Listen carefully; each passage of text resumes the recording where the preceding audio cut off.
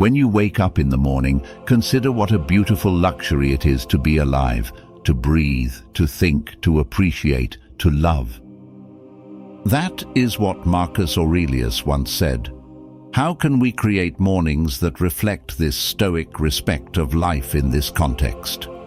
To set the tone for a calm and productive day, we are presenting a morning practice that is based on Stoic wisdom today. Please like the video before we start so that you can support my efforts to propagate the Stoic philosophy. If you do not already have a subscription, I urge you to do so and turn on the bell so you will not miss any videos. First, take some time to consider how fleeting life is. The thorough insight and acceptance of the transient nature of everything is one of the fundamental tenets of Stoic philosophy. Spend a moment immersing yourself in this truth every morning before the world's clamor starts. Locate a peaceful area where you can relax unbothered. Make sure your posture is relaxed yet erect, as a physical representation of the harmony between calm and attentiveness you hope to attain. Put your eyes closed and consider the vastness of the cosmos. Imagine galaxies spinning in the dance of time as stars are born and die. Imagining the Earth as a small dot in this cosmic ballet can help. Think of the mountains that have stood tall, the rivers that have carved roots, and the birth and collapse of civilizations within this dot. Bring your attention back to the present and consider how brief your life is in the big scheme of things. This illustration is meant to make clear the value and fleeting nature of our existence, not to lessen our significance. Knowing that life is transitory is a sobering lesson. First of all, it emphasizes how important each day is. When we genuinely understand how precious our time is, we have a tendency to put what matters most above pointless annoyances and disagreements. Your ability to handle the day with a greater sense of purpose is enhanced by waking up with this perspective. In essence, this morning practice is about embracing the present with love, devotion, and action rather than facing mortality with fear. If you know how to use it, life is long, as Seneca so wryly observed. So, by establishing this routine in the morning, we serve as a constant reminder to live each day fully, meaningfully, and gracefully. Second, keep a journal of your ideas. The practice of journaling, which has its roots in Stoic philosophy, involves having a private conversation with oneself, as well as keeping a record of happenings. It serves as a means of reflection, grounding, and occasionally, catharsis. Writing down thoughts can be a profoundly altering exercise in and of itself. Select a diary that speaks to you personally to start. This could be a straightforward notepad, a lavish diary, or a digital file. This is your sacred sanctuary, free from criticism and outside demands. Your unedited, uncooked thoughts can breathe there. Write down the first ideas that cross your head every morning. They might be traces of dreams, lingering emotions from the day before, or expectations for the coming day. Similar to cleaning the courtyard of leaves, this initial spill helps reduce mental clutter. Next, turn your attention to being grateful. It is simple to become caught up in what we lack or what we want in the broad fabric of life. However, Stoicism imparts to us the importance of appreciating the present. List 3 things for which you are truly thankful, such as the warmth of your blanket, the smile of a loved one, or even just the opportunity to start a new day. Go beyond thankfulness and consider yourself. Think of a Stoic principle or a difficult situation in your life. Ask yourself if your actions are consistent with your values. Where did I behave irrationally yesterday as opposed to acting on impulse? What can I do to improve today? This is a self-awareness and growth activity rather than a self-criticism one. Set an intention for the day as a last step. Write down a straightforward commitment or affirmation based on the Stoic virtues of wisdom, courage, justice and temperance in your diary. This acts as your moral compass, directing your behaviors and choices all day long. Keep in mind that your notebook is a window into your inner world. It serves as a tool, ally, and mentor. One of the most important Stoic works, Meditations by Marcus Aurelius, began as his private journal. It was his method of keeping in mind the tenets of Stoicism, comprehending his acts, and navigating the challenges of life. Third, make intents for each day rather than goals. While both objectives and intentions direct us, they do so in very different ways. Inherently focused on the future, goals emphasize accomplishments, outcomes, and results. They offer a direction. On the other side, intentions bring light to the trip. They are firmly entrenched in our beliefs and the person we strive to be each and every day, serving as present moment anchors. At its essence, Stoicism highlights the difference between things we can influence and things we cannot. Goals frequently relate to outside consequences and occasionally may be beyond our control. Even with our greatest efforts, unexpected difficulties can still occur. But we have complete control over intentions. They serve as daily reminders of our individual beliefs and a deliberate decision about how we want to live our lives, no matter what happens outside of our control. After writing to clear your head, think about the kind of day you want to have when you start your morning. Instead of concentrating on what needs to get done, consider who you want to be today. Will you be patient, savoring each moment as it arises, and not hurrying it by? Do you want to have compassion for yourself as well as others, realizing that everyone is going through their own struggles? Or maybe your goal is to be brave, facing obstacles head-on and stepping outside of your comfort zone. Put these goals in writing. Today, I will listen more than I say. I will approach confrontations with understanding, or I will find moments of peace amidst the chaos. These are reminders of the character you want to be, not duties to be completed. It does not matter what you bear. What matters is how you bear it, as Seneca so eloquently phrased it. Goals serve as our daily compass. They direct our responses, choices, and activities in this quest. They become active decisions that impact our day, rather than only being passive desires.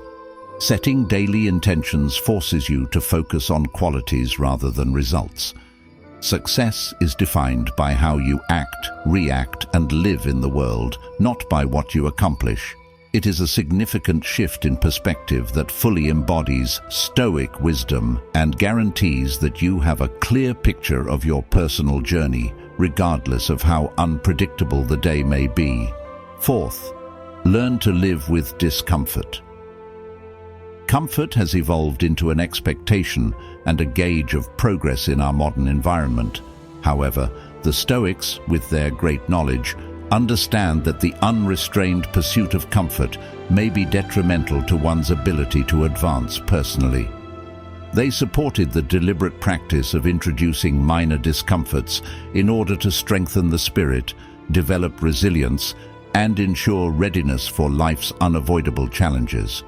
Set aside a specific number of days during which you will be content, according to the Stoic philosopher Seneca.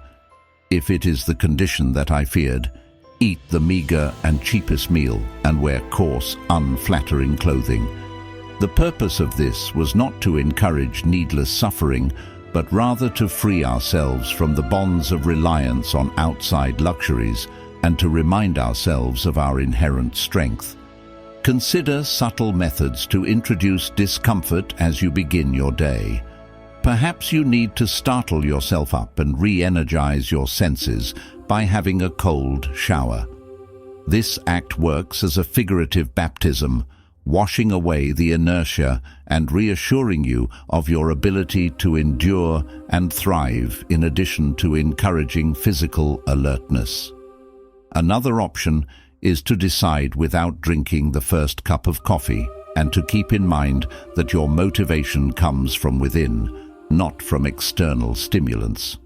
You might also think about engaging in more introspective activities, such as setting aside 10 minutes to reflect on a previous adversity and acknowledge the courage you showed and the development that resulted from it. Or opting to ride a bike or walk rather than drive to work, taking the time to observe your surroundings and viewing the physical effort as a testimonial to your body's potential. Here, there are two goals. First of all, these routinely uncomfortable behaviors serve as mental and spiritual training. By routinely venturing beyond of our comfort zones in little ways, just like an athlete trains the body, we equip ourselves for life's greater, unanticipated obstacles. Additionally, they offer context. We gain a greater appreciation for some luxuries when we have them, and a greater understanding that they are not the foundations of our happiness or contentment by periodically giving them up. You are not punishing yourself by accepting difficulty. Rather, you are giving yourself more power. You are developing a stronger inner fortitude, letting go of pointless dependence, and embracing a stoic sense of freedom that comes from understanding that true contentment is independent of outside circumstances. 5. Engage in meditation and mindfulness exercises.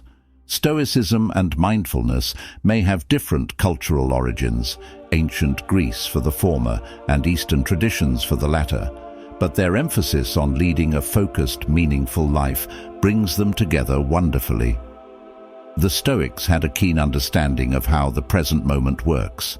They held the opinion that the majority of human sorrow results from either concentrating on the past or worrying about the future.